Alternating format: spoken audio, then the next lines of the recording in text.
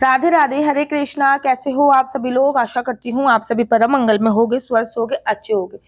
सर्वप्रथम आप सभी को राधा अष्टमी की अनंत और अनंत शुभकामनाएं। कहते हैं जो राधा अष्टमी का व्रत नहीं रखते हैं उसे जन्माष्टमी के व्रत का फल नहीं मिलता।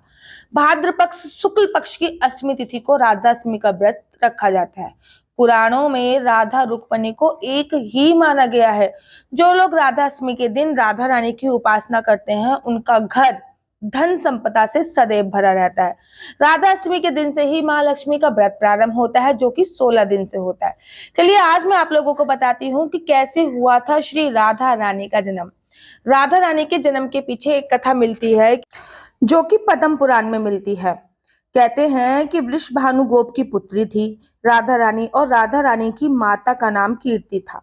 पद्म पुराण में राधा रानी को राजा वृषभानु की पुत्री बताया गया है, और इस ग्रंथ के अनुसार जब राजा यज्ञ के लिए भूमि साफ कर रहे थे तब भूमि कन्या के रूप में इन्हें राधा रानी मिली थी। राजा ने इस कन्या को अपनी पुत्री मानकर इसका लालन पालन किया था। इनके साथ ही यह कथा भी मिलती है कि भगवान विष्णु ने कृष्ण अवतार में जन्म लेते समय अपने परिवार के अन्य सदस्यों से पृथ्वी पर अवतार लेने के लिए कहा। तब विष्णु भगवान की पत्नी लक्ष्मी जी राधा के रूप में पृथ्वी पर आई थी। ब्रह्म वैवर्त पुराण में के अनुसार राधा जी कृष्ण जी की सखी थी, लेकिन उनका विवाह रापान नाम के व्यक्ति के साथ संपन्न हुआ था। ऐसा भी कहा जाता है कि राधा रानी अपने जन्म के समय ही वयस्क हो गई थी, अर्थात बड़ी हो गई थी। राधा रानी जी को कृष्ण जी की प्रेमिका माना जाता है, और ऐसा ब्रह्म वैवर्त पुराण में आया है। अब मैं आपको राधा रानी का पूजन बताती हूँ कि आपको राधा रानी का पूजन राधा अष्टमी वाले दिन कैसे करना है। राधा अष्टमी के दिन शुद्ध मन से व्रत का पालन किया जाता है। राधा जी की मूर्ति को पंचामृत से स्नान कराते हैं।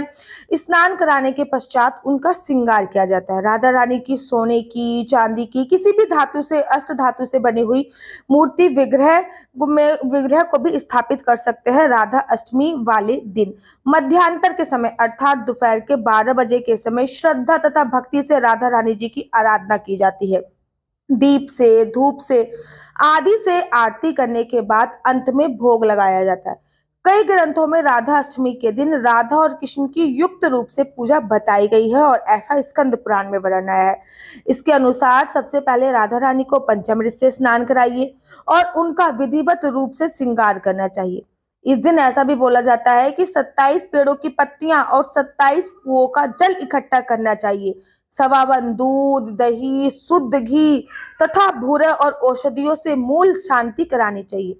अंत में कई मन पंचामृत से वैदिक मंत्रों के साथ श्यामा प्यारी का अभिषेक कराना चाहिए। नारद पुराण के अनुसार राधा अष्टमी का व्रत करने वाले भक्तगण ब्रज के दुर्लभ रहस्य को भी जान लेते हैं। जो व्यक्ति इस व्रत को विधि विधान तरीके से करते हैं वह सभी पापों से मुक्त हो जाते हैं। अब मैं आपको राधा अष्टमी के व्रत का महत्व बताती हूँ। देखिए, वेद तथा पुराणों में श्यामा जी को कृष्ण बल्लभा कहकर उनका गुणगान किया गया। वही कृष्ण प्रिय है। राधा अष्टमी कथा का श्रवण करने से भक्त सुखी, धनी तथा सर्व सुख संपन्न बनता है।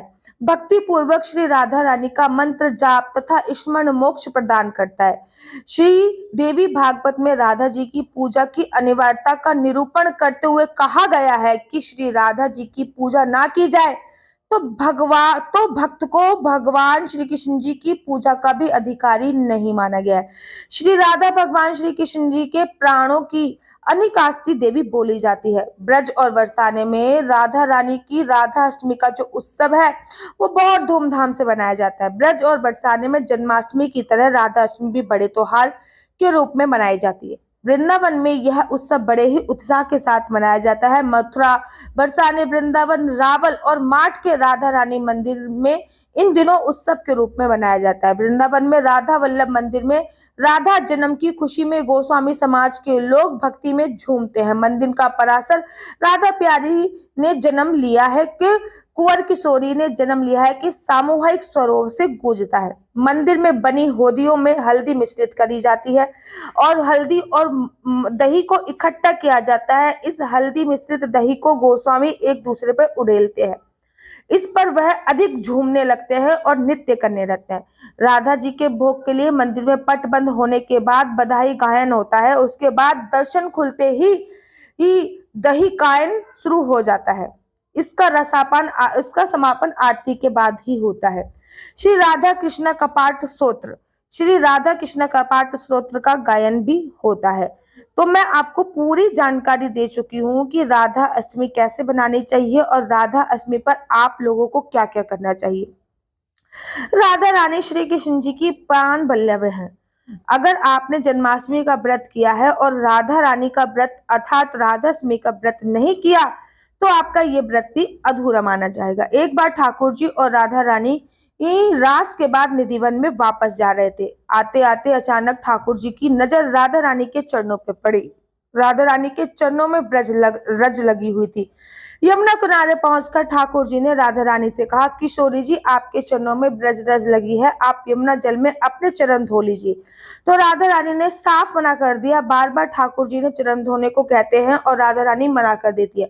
जब ठाकुर जी ने इसका कारण पूछा तो राधा रानी ने बहुत सुंदर जवाब दिया कि जो एक बार मेरे चरणों में लग जाए मैं कभी उसे अपने से दूर नहीं होने देती।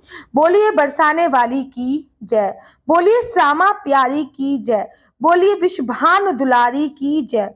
आप सभी को राधा अष्टमी की अनंत और अनंत शुभकामनाएं। राधा अष्टमी में अगर आपके घर पे बाल गोपाल लड्डू गोपाल है और राधा रानी नहीं है तो आप अपने बाल गोपाल लड्डू गोपाल को राधा स्वरूप में राधा अष्टमी पर अवश्य बनाएं, उनको चूनर जरूर उड़ाएं। राधा अष्टमी पर राधा रानी के बरसाने में चरण दर्शन होते हैं। तो इस दिन आप अपनी राधा रानी को थोड़ा सा उनका जो वस्त्र प्राधीन होते हैं थोड़े से चरणों से ऊपर ही बांधिए। आशा करती हूँ आपको मेरी वीडियो अच्छी लगती होगी। अगर आपको मेरी वीडियो अच्छी लगती है तो आप अपना यूट्यूब चैनल हरि बोल को लाइक शेयर सब्सक्राइब करना बिल्कुल भी मत भूलिए। तब तक के लिए मुझे दीजिए इजाजत। राधे राधे, हरे कृष्णा, हरि बोल।